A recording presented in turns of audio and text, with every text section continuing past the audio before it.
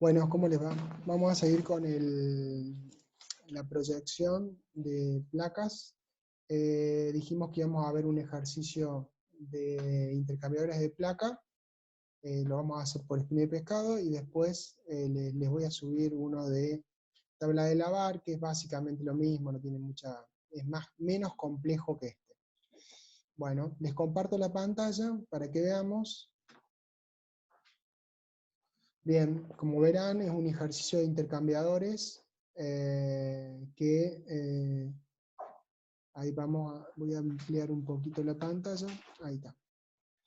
Es un ejercicio de espina de pescado, se debe diseñar un intercambiador de placas.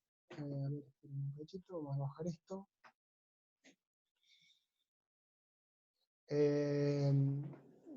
Que enfríe 70 kilogramos por segundo de etanol de 55 a 25, utilizando para ello 105 kilogramos por segundo de agua de una torre de enfriamiento a 23 grados centígrados. La pérdida de carga permisible para el etanol es 0,5 bar, mientras que para el agua de refrigeración es 0,7 bar. Esas son las condiciones de proceso. En definitiva, ¿qué es lo que necesito hacer? Y bueno, tengo que a una corriente de etanol bajarle la temperatura de 55 a 25. ¿Sí? ¿Con qué? Con agua. ¿Sí? Acá en este caso me dice, utilizando para ello 105, o sea que no es un valor que yo pueda movilizar, sino que me están definiendo el caudal. ¿Sí? Y me están definiendo la temperatura de entrada, ¿sí? De esa agua. Entonces, yo acá en los requerimientos de proceso voy a colocar todas las condiciones de proceso. ¿Sí? Caudal del etanol, caudal del agua, temperatura de entrada, temperatura de salida de etanol, temperatura de entrada del agua de refrigeración, temperatura de salida del agua, no la tengo, la presión admisible de los dos fluidos, ¿sí? Estos son los datos iniciales que tengo. Evidentemente, si tengo esos datos iniciales, yo puedo sacar la temperatura media del etanol, que me va a servir para calcular las propiedades que están acá, fíjense, ahí.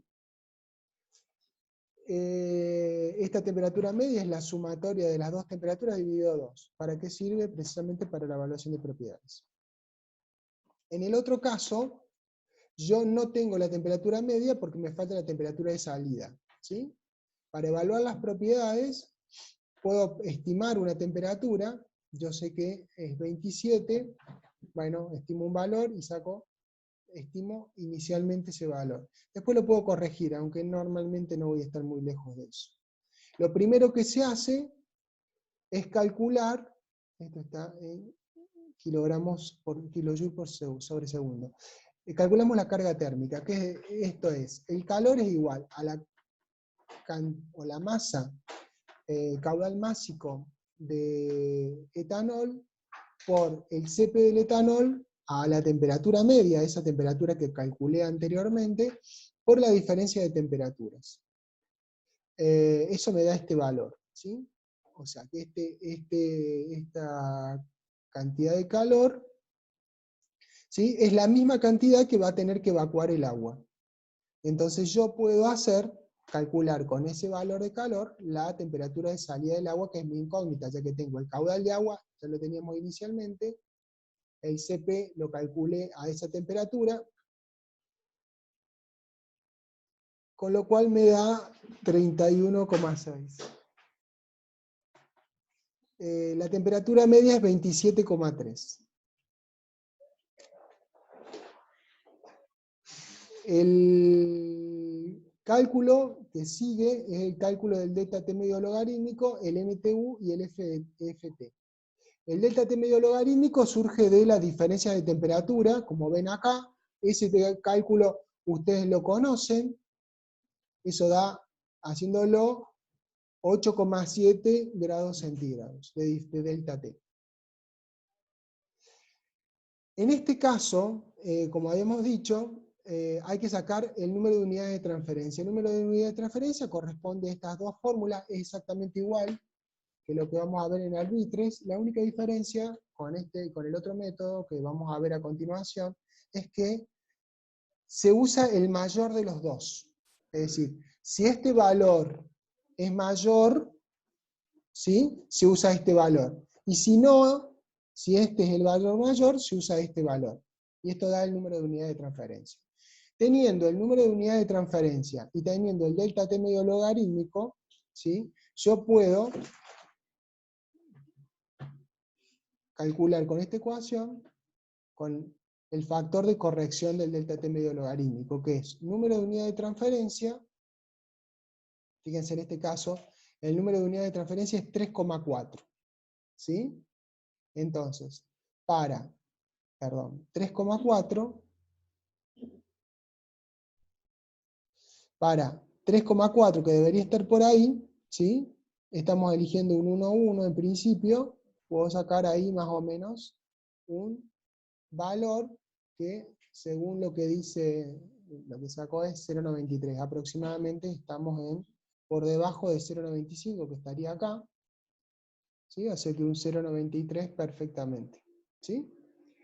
Bien, después de eso, una vez que tengo FT, puedo calcular el área de diseño. Este U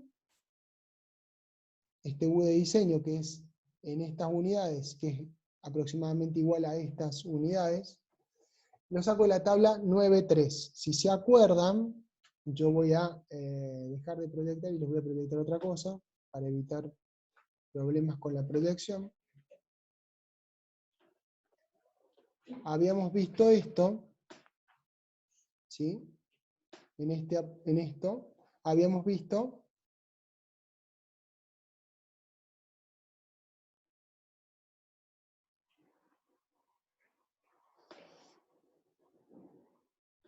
perdón, aguanten un cachito, que la tabla 9.3 es la que daba esto. Entonces acá teníamos, para el tipo de corrugado que tenemos, por ejemplo, solventes orgánicos, ¿sí? Podemos usar y agua o vapor de agua, ¿sí? Podemos usar estos valores, ¿sí? Vamos a proyectar de nuevo el diagrama espina de pescado, para espina de pescado, con lo cual acá eligió 1200, ¿sí? Que son 200 BTU hora. Vuelvo a decir, este dato que nosotros elegimos es un dato, de primer punto. Después lo vamos a tener que verificar si es ese valor. Si no es ese valor, tendremos que cambiar el dato, ¿sí?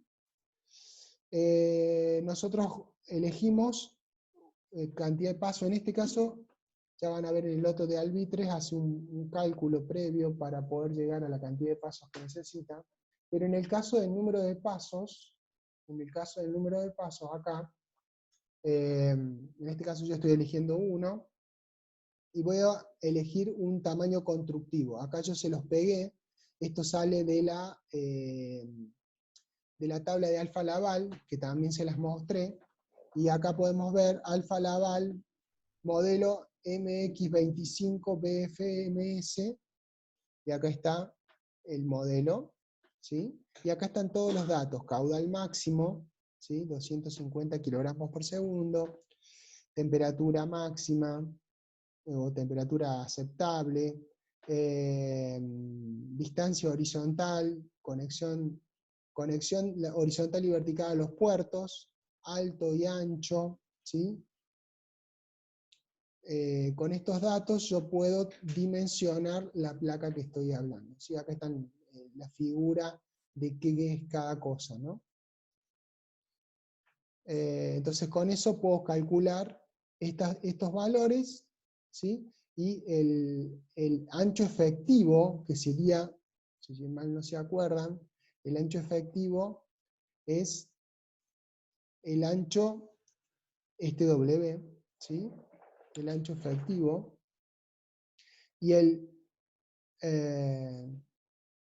el alto efectivo es el que está comprendido en esta zona, ¿sí? Si ustedes se fijan acá, abajo, fíjense, LP, que es el largo efectivo, va a ser LH, ¿sí? Que es o en este caso dice BC, pero es este valor, menos el diámetro de puerto. ¿Por qué? Porque acá hay medio puerto y acá hay medio puerto, un tubo completo.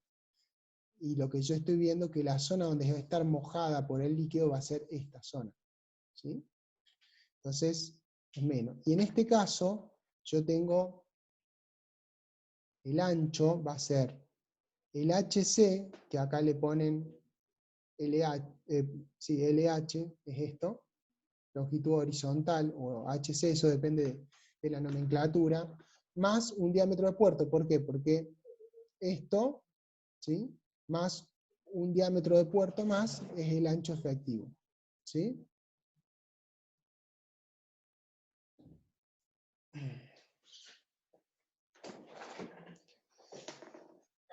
Con esto saco el área de flujo. ¿Sí? Con esto, el ancho efectivo más el largo efectivo, me saco el área de flujo.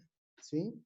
El área que había tomado como objetivo, o el área que había diseñado yo partiendo de un U definido en la tabla 9.3, más un FT que ya definí en función de la cantidad de pasos que tengo, más el Q, teniendo en cuenta el Q y el delta T medio logarítmico, yo saqué un área. ¿Se acuerdan? Se las muestro. Esta área.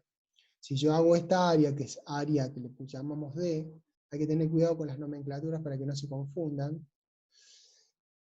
Esa área dividido el área de una placa me da el número total de placas. ¿Sí? Después, selecciono otros parámetros. ¿Cuáles son esos parámetros? El ángulo de corrugación, ¿se acuerdan que teníamos para una placa? Si no, se los muestro, para que no tengamos problema con estas cuestiones. El ángulo de corrugación, si mal no se recuerdan, voy a tratar de pasarlo. El ángulo de corrugación era este beta, ¿sí? Ese es el ángulo de corrugación. En este caso se eligió a 65 grados. Podría ser otro, eso depende mucho de la definición. ¿Se acuerdan que había toda una noción, yo les di algunos conceptos a tener en cuenta para esta selección? 65, el espesor lo da la placa, 0,4 milímetros. Entonces, y este es el ancho entre placa y placa, ¿se acuerdan? Entonces, el espesor más el ancho de placa y placa es el ancho total entre placa y placa, eso, entre placa y placa más un espesor. Con esto, más el número de placas, yo salgo la longitud del paquete prensado de placas, ¿sí? Cuán largo va a ser ese intercambiador, cuán largo en la zona de intercambio. Después viene el bastidor, las placas de ajuste, etc. Bueno, con lo cual, yo saco una cantidad de 510 placas. ¿Se acuerdan, como decíamos, que el número efectivo de placas era la cantidad de placas menos 2? El área seleccionada en función de esto es 564,5. Una cuestión, a ver si podemos aclarar algo antes que sigamos. Fíjense que el número total de placas que yo pongo es 461.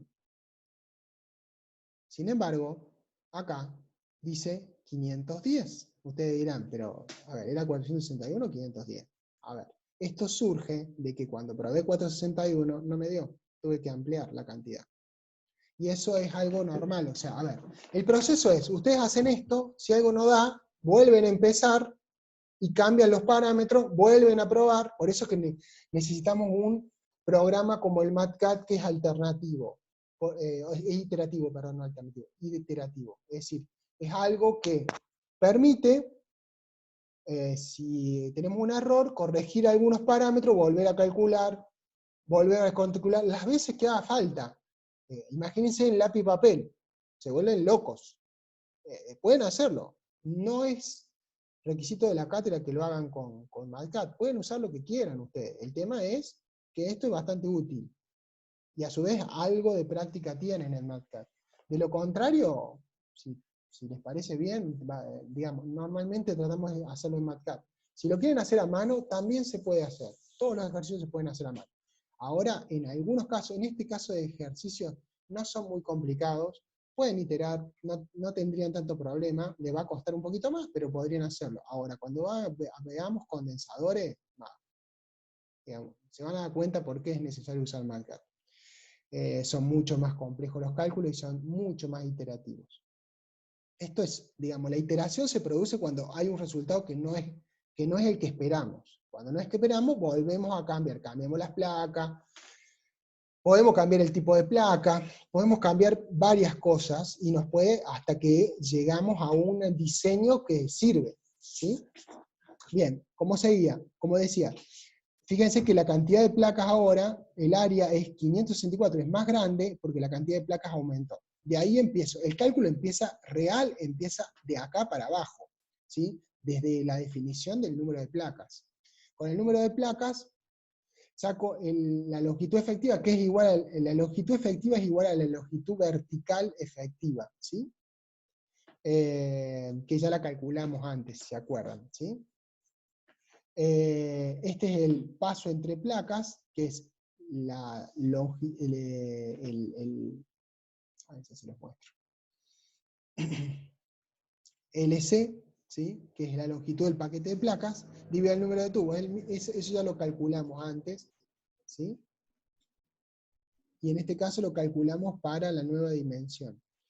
La separación media entre placas, sacamos la separación, que es B, el área de transferencia de una placa, que eso ya lo teníamos, acá se vuelve a calcular, pero ya estaba anteriormente, habíamos calculado, la distancia vertical también la habíamos calculado, el área proyectada de una placa, que es el ancho por el largo efectivo, y acá hay un valor que es 1.22, que es el factor de ampliación. El factor de ampliación, no sé si se acuerdan, que yo les dije, si quieren, se lo vuelvo a proyectar, volvemos a bajar y se lo proyecto lo que hemos estado hablando la otra vez, para que nos ubiquemos.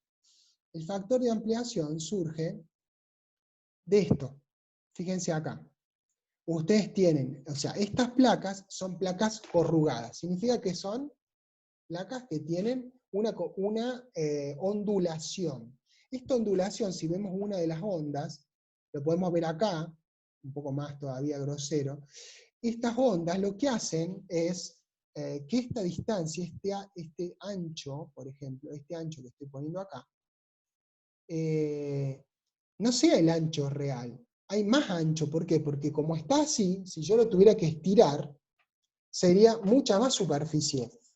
De hecho, por eso se pone el factor de ampliación. El factor de ampliación lo que hace es corregir esa área a un valor de área real, ¿sí? Normalmente, los valores de área aproximados, ¿sí? ¿Ves que esta onda lo que hace es como si la estiráramos y sacáramos la verdadera dimensión, ¿sí? Normalmente estos valores van hasta 1.30, ¿sí? Lo que se usa usualmente es un valor de 1.22, ¿sí? Cuando la ondulación es muy leve, o sea, cuando ustedes ven que la placa tiene muy poca ondulación, o sea, es para un fluido tratando de que no tenga mucha turbulencia, podríamos poner un factor de ampliación de 1,1, y en el caso de que sean más profundas podemos llegar hasta 1,3. ¿Sí? Acá está la referencia que hace alusión. Ese libro no lo van a encontrar porque ese libro, o sea, lo tienen que pagar para tenerlo, en un libro electrónico.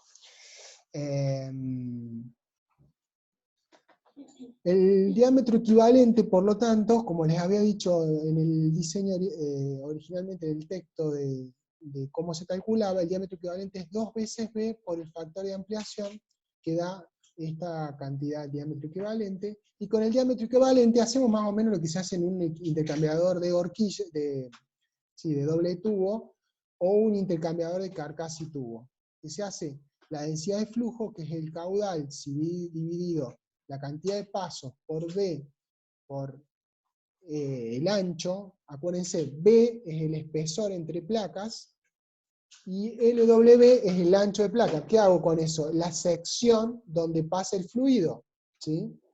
Y esta es la cantidad de pasos que tiene el fluido. ¿Por qué? Porque el fluido se reduce, es decir, yo tengo una vena de fluido, si yo tengo varios pasos, voy a achicar la cantidad de placas en función, o sea, la cantidad de pasos es la cantidad de canales que están abiertos para poder fluir. Con lo cual, me cambia la densidad de flujo del elemento. Una vez que tengo la densidad, lo puedo cambiar, lo puedo usar con esto, puedo transferir con la densidad, la densidad de flujo másico, divido la viscosidad, puedo sacar el flujo, o la velocidad, perdón, en la placa. Ese dato, ¿se acuerdan que decíamos que estaba entre 0,2 y 0,8? 0,2 o menos de 0,2 podría ser aceptable, más de 0,8 es inaceptable. ¿Por qué es inaceptable? Porque la velocidad que tienes implica una alta pérdida de carga y aparte el equipo no está preparado para eso. Entonces van a tener vibración, van a tener seguramente en el tiempo, en un tiempo corto, empezar a tener pérdida de fluido por la junta, porque la presión que va a ejercer el fluido va a ser importante, va a tener erosión de la placa. Después eso lo podemos hablar, pero en principio estos intercambiadores andan muy bien, pero ¿qué problema tienen los intercambiadores de acero inoxidable? Y esa es una pregunta. Si ustedes vieron química inorgánica, deberían saber qué problema tiene el ácido inoxidable. O si vieron fisicoquímica, no creo que hayan visto esto mucho, pero sí en química inorgánica deberían haber visto que si ustedes trabajan con soluciones salinas, o sea, soluciones que tengan una cantidad de cloro importante, o agua clorada, por ejemplo, para industria alimenticia se usa el agua clorada, lo que hace el cloro es, lo desgasta mucho, y no solo que lo desgasta, lo fragiliza. Entonces se suelen romper las placas. A mí me ha pasado de romperse las placas por el uso de ese material. No se lo come, lo desgasta y lo fragiliza, con lo cual puede haber fisuras, y empieza a perder, a mezclarse fluido, ¿sí? Eso es algo que me ha pasado, y que no le encontramos todavía la solución, y tenemos que cambiar placas cada tanto en algunos fluidos, y sobre todo fluidos salinos, cuando hacen mezclas que tienen bastante sal para salar algo, suele pasar. Bien, se lo hago como comentario. Bueno, decíamos, saco la velocidad está ok. Si la velocidad no estuviera en estos valores, puede ser, si estuviera un poquito por debajo, podría ser aceptable. Si está por encima, es inaceptable. Pasa esto, porque 0,4 contra 0,2 y 0,8, o sea, está prácticamente en un buen valor. Con eso calculo el Reynolds. Fíjense que el Reynolds me da 871, es un valor para un intercambiador de carcasa y tubo o uno de doble tubo, es muy bajo, es laminar. Para estos son laminares, menos de 500 sería, pero menos de 500 es bien laminar, pero 800 también es laminar, sin embargo tiene mucha turbulencia por la estructura del intercambiador de placa. Con lo cual este valor es un muy buen valor, es un valor hasta muy turbulento para un intercambiador de placas. No así para un intercambiador de carcasa y tubo. Saco el PRAM lo saco a la temperatura media, con las propiedades de los componentes de la temperatura media, y después, ¿se acuerdan? Voy a la tabla 16, ¿sí? No sé si la coloqué a la tabla acá. No la coloco. Si quieren la podemos ver, la tabla 16. Ya lo habíamos visto en la parte donde explicaba cómo se hacían los ejercicios. Miren, la tabla 16, esta es la tabla 16. La tabla 16, ¿se acuerdan? Veíamos el ángulo, creo que este era 65, ¿sí? Y acá teníamos CH y N, y yo tengo que sacar, en este caso es mayor de 500, 0,067, 0,718, ¿sí? Vamos a dejar de... Y vamos a compartir de nuevo la pantalla que estaba el ejercicio. Tomando estos valores, ¿ves? 718, 0,087, calculo el coeficiente con este n a 0,718 y con el CH de 0,087 me da 1944, ¿sí? Que es aproximadamente 342 BTU. Acá hay una cosa que yo siempre recalco: ustedes tienen que acostumbrarse a una de las dimensiones. ¿Qué significa? Ustedes trabajan con Simela, trabajen con Simela. Si trabajan con unidades inglesas, trabajen con unidades inglesas en lo posible en MATCAD. Por eso es que es importante que ustedes, que nosotros, si se fijan, están las propiedades colocadas dentro de las fórmulas. ¿Por qué? Porque como son cálculos complejos donde tienen elevaciones al cuadrado, al cubo, tienen que controlar que esté bien. Y una de las formas de controlar es con las unidades, porque si no le dan las unidades, hay un problema. Tienen que hacer un esfuerzo por hacerlo así. Es más, nosotros los exigimos que los hagan, precisamente para detectar errores. Aparte porque si ustedes, supónganse que calculan con watt, metros cuadrados. Yo no, por ejemplo, en mi caso, yo estoy muy familiarizado con las unidades inglesas. Yo lo miro en unidades inglesas y a mí me doy cuenta si está bien o está mal, ¿sí? Lo mismo si ustedes dicen 22 pulgadas. A lo mejor 22 pulgadas a usted no le significa nada, pero si o 10 pulgadas, ¿sí? Pero si ustedes dicen 25 centímetros, que es lo mismo, prácticamente, sí se van a dar cuenta que 25 centímetros es una cosa así, ¿sí? Más o menos, ¿sí? Y es lo mismo que 10 pulgadas, ¿sí? Por eso, teniendo la dimensión, les ayuda a interpretar si lo que están haciendo es correcto o no es correcto, ¿sí? Bien, sigamos. Una vez que calcularon para uno de los fluidos, sacaron el valor, tienen que calcular para el otro fluido, para el agua en este caso, que es el factor. Sacan el PRAM, en esto no hay ninguna ciencia, sacan el caudal, el flujo másico, perdón, que es el caudal sobre la cantidad de pasos, en este caso es uno solo el paso, por B por LW, por el ancho y por el espesor, o sea, por la sección. Esto me da 89, perdón. Y después saco la velocidad y me da 478 metros por segundo. Estamos hablando de que estamos dentro de una franja bastante aceptable, una franja media de valores. Y les da un Reynolds, fíjense, de 1200. En el otro les dio un Reynolds de 800. Fíjense que más o menos en el mismo flujo, y este le da 1200. Eso es por las propiedades. ¿Sí? Bien, si seguimos un poquito más, acá está la tabla 16 para que calculáramos, lo puse un poco abajo, perdón.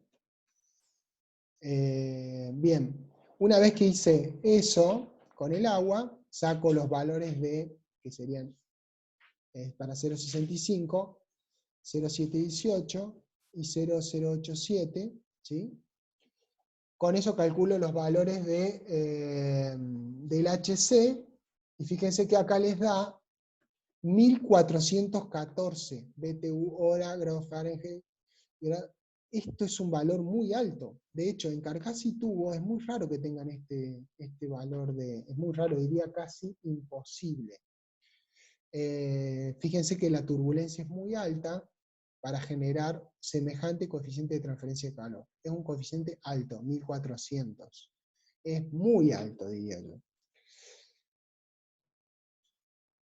Dicho esto, ustedes lo que tienen que armar acá es el U-Cleaning, que ya le debe haber explicado a la ingeniera Brenda Ledesma, que se llama el U-Cleaning, el U limpio, es decir, el U cuando arrancamos el equipo a funcionar, que no tiene ningún coeficiente de ensuciamiento, o sea, no tiene contemplado el hecho de que se ensucie el equipo. Ese U-Cleaning es 1 sobre el H caliente más 1 sobre el H frío, más T, que es el espesor. Acá estamos considerando el efecto que tiene en la transferencia de calor ese material, digamos, que hace de elemento separador entre los dos fluidos, es la placa. Este T es el espesor de la placa, y el KW es la conductividad de acero inoxidable. En este caso, si fuera otro componente, tendrían que buscar cuál es la conductividad que consideran.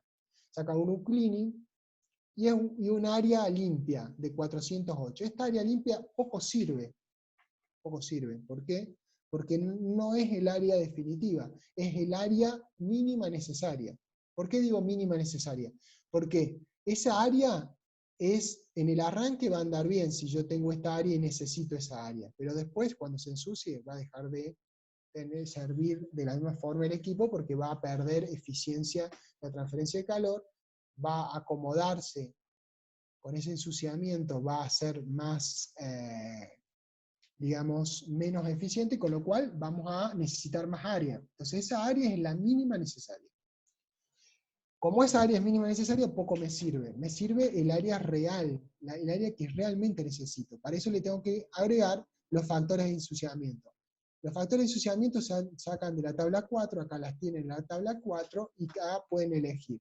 Por ejemplo, en este caso, usan 0,05, si ustedes buscan etanol, fíjense que este es 0,5 por 10 a la menos 4, y acá dice 2,405 por 10 a la menos 4, es lo mismo. En el caso del agua, del fluido agua, debe ser de 1 a 2 por 10 a la menos 4, eligen 2 por 10 a la menos 4. ¿Sí? Sigamos. Con eso lo coloco acá pongo el espesor, le pongo los dos coeficientes de ensuciamiento, y calculo, y me da 249 BTU hora pie cuadrado grado Fahrenheit. Bien, con esto saco el espesor, depende del espesor del área, que es 435 metros cuadrados, el área requerida, y ¿qué es lo que hago? El área original que habíamos puesto era esta. Acá tienen que tener mucho cuidado entre esta área D y área D, ¿sí? No se equivoquen, esta área era el área disponible, y este es el área de diseño. ¿Cuál es la diferencia entre las dos? Esta es con la que yo armé el equipo para corroborarlo. Esta es es el valor que yo necesito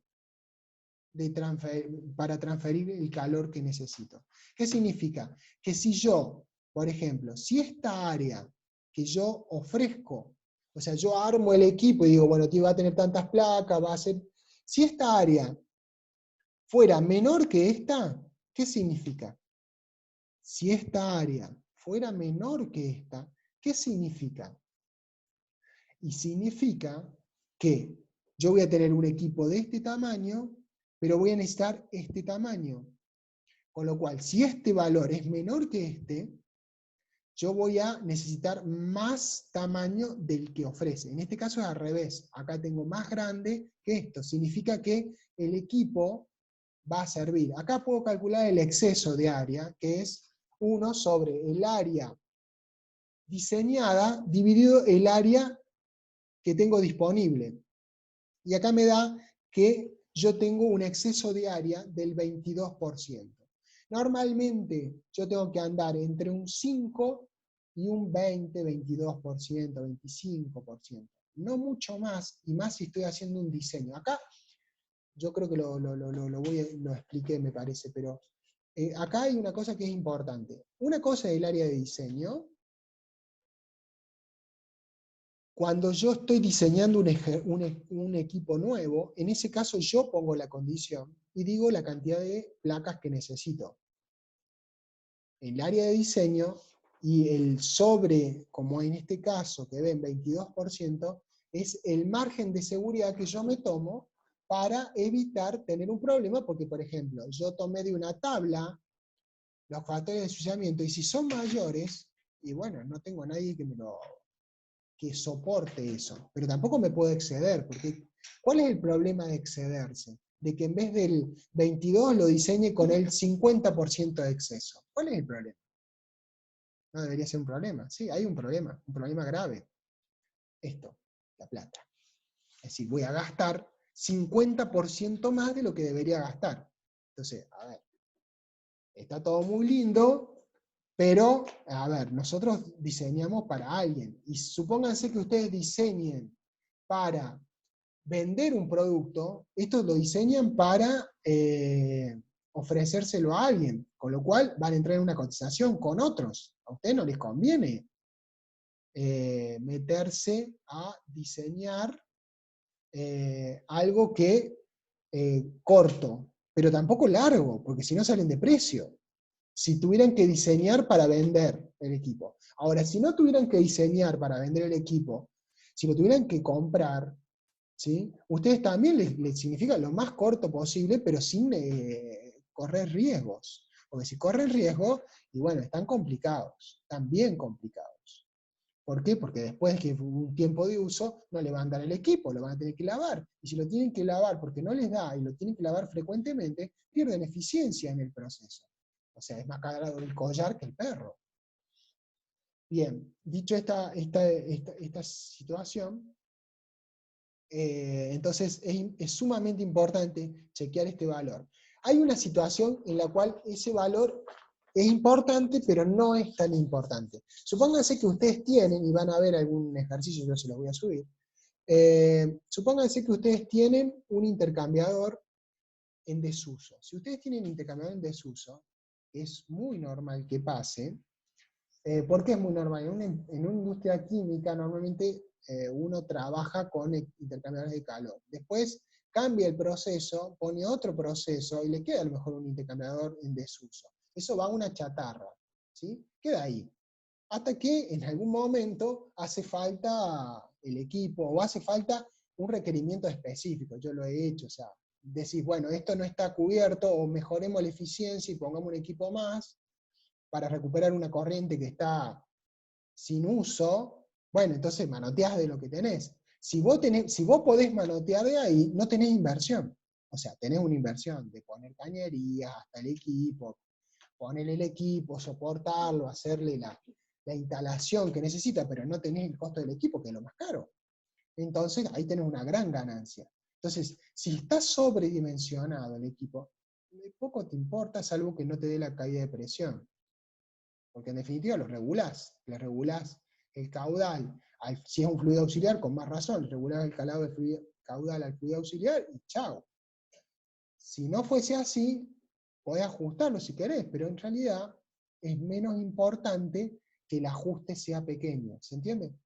¿Por qué? Porque en definitiva lo tengo, ya lo compré, no tengo que gastar más plata, no tengo que gastar nada en realidad. Tengo que limpiarlo el equipo, poner a alguien a limpiarlo, a montarlo, hay que considerar el diseño, pero el diseño del montaje, y nada más, ya está. Entonces, es distinto el planteo, ¿se entiende? O sea, por eso muchas cosas de tecnología de la energía térmica son, con una palabra cuando me preguntan, yo le digo, depende. ¿De qué depende? Y bueno, de las condiciones. No es lo mismo un equipo usado que un equipo nuevo, no es lo mismo un equipo que lo tenga en desuso y lo tenga que aprovechar que un equipo que lo tenga que comprar. O sea, a ver, un equipo chico, común, un intercambiador, $20.000, por debajo de las patas. O sea, 20.000, 30.000, 40.000, 60.000, 80.000, 100.000, $200.000, lo van a tener. O sea, entonces ahí tienen un paquete de plata importante. Entonces, si lo pueden reaprovechar, se están ganando unos buenos mangos y pueden salir, pueden quedar muy bien. ¿Se entiende? Y pueden quedar como algo muy eficiente, porque les van a mostrar voy a ahorrar tanto y voy a gastar tanto, o sea, y si lo que gastan, la inversión inicial, como habíamos hablado la inversión inicial es baja, el repago es muy fácil, con lo cual, un punto, o como dicen, cucarda para ustedes, o sea, van a salir como los mejores, digamos, y está bueno, entonces pueden apelar a eso. Bien, una vez que corroboré, volviéndome, por ahí me voy, una vez que corroboré el que está bien dimensionado, ¿sí? El equipo, porque tiene un coeficiente de sobredimensión aceptable, tengo que corroborar otro de las características, la caída de presión. Nosotros teníamos un valor de caída de presión establecida, ¿sí? Entonces, ¿de dónde sale para calcular la caída de presión? Yo tengo el fanning, que sale de un KE por un MH, ¿sí? El KE yo lo puedo sacar de la misma tabla. Perdón, no de esta, sino de esta. ¿Sí? De acá, perdón, ¿no? Porque se mueve y hace esta. Acá tengo, y acá tengo M. Entonces yo busco para más de 500, ¿se acuerdan? 0,639 y 0,213. Entonces puedo aplicar, en un 0,639, 0,213. ¿Está claro? Entonces calculo, me da 0,151, y luego de eso calculo el delta T, perdón, el delta P, en los canales, o sea, en las placas, y después calculo en los puertos, con esta ecuación, ya lo habíamos visto. Después sumo las dos y me da 0,418 bar, me da perfecto, ¿sí? Teníamos 0,5 como máximo, me está dando bien. En el caso del lado del agua, donde va el agua, tengo los mismos valores, porque tenía arriba de 500 el Reynolds, calculo y me da en los puertos 0,076 y 0, la presión total es 0,665 contra 0,7 que había calculado, está dentro de lo aceptable. Bueno, y con eso, si ya consideré, si me dio la transferencia térmica en un valor aceptable, si me dio la caída de presión aceptable, el equipo puede ser aceptable. A ver, acá hay una cosa que también es importante. Ustedes cuando vayan a diseñar, nosotros les enseñamos cómo se hace. Después hay una parte que es lo que se llama optimizar. Este equipo, así como está, puede ser optimizado más. Si yo logro mejor turbulencia, o si yo logro un equipo con, por ejemplo, menor cantidad de placas, si lo voy a comprar nuevo, si yo logro hacer otra cosa, en este caso hay muy poco para mejorar, pero se puede mejorar, se pueden probar distintos tipos de placas, se puede buscarle la vuelta. ¿Para cuál? ¿Cuál es el objetivo de buscarle la vuelta? Bajar el costo de inversión, que no es menor. En carcasa y tubo, en equipos que son doble tubo, también es sumamente importante, y tienen que darle el tiempo al cálculo, como para que no sea, me dio, listo, ya está, listo, acá está el diseño. No. O sea, si pueden buscar la vuelta, jugar con los valores para obtener un diseño lo más económico y lo más eficiente posible. A ver, ustedes son ingenieros y eso es parte de su trabajo, ¿no? Bueno, eso es más o menos todo. Así se calcula. Yo les voy a subir, este equipo y este diseño en PDF, y también les voy a subir uno de de tabla de lavar, con esta metodología. Después van a tener otro video en donde van a ver cómo se calcula por el libro Albitres, y van a tener también un método de resolución por Albitres. Después les voy a subir ejercicios, para que ustedes hagan. Están los ejercicios de la guía también para que los tengan en cuenta, los pueden hacer, está bueno que los hagan, de manera de poder tener, deberían por lo menos hacerse un par de equipos, por lo menos. ¿Como para qué? Porque no es lo mismo, como les suelo repetir, no es lo mismo lo que haberlo hecho, que alguien se lo hace, que hacerlo. ¿Por qué? Porque empiezan los problemas. Acuérdense que MATCAD por ahí tiene algunas dificultades. En estos equipos son bastante simples las dificultades. Cuando a medida que vayamos complejizando cálculos, porque vamos a hacer equipos más complejos, se va a volver cada vez más difícil, y por eso está bueno que le tomen la práctica al sentarse y hacer. Bueno, quedamos así, nos vemos en el próximo video. Chao, nos vemos, hasta luego.